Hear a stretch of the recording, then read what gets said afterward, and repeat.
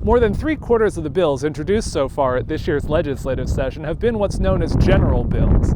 That means they change state law, but don't appropriate money or increase or decrease state revenue. And for those bills, this week is simple. If they don't pass through either the House or Senate by Friday, they'll die. And there's a lot of bills to be voted on this week. We've only got 90 days by our Montana Constitution to accomplish all the work, and this is status quo chaos of the session.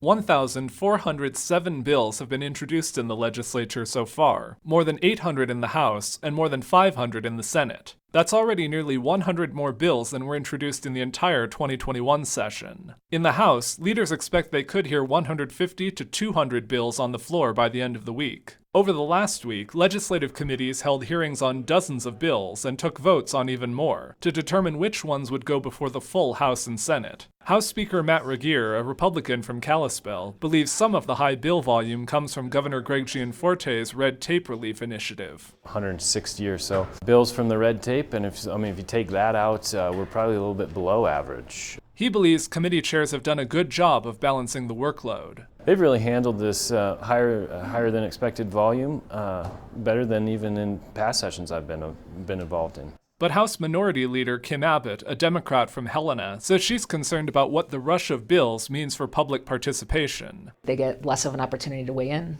They get less of an opportunity to show up and say their piece, and it's a lot harder to follow legislation that might have an impact on their lives or their communities. Both Regier and Abbott say they're open to looking at ways to address the crush of bills around transmittal for future sessions. The House and Senate will debate bills on the floor and take preliminary votes Wednesday and Thursday. On Friday, they're likely to focus on dozens of final votes on the bills that move forward.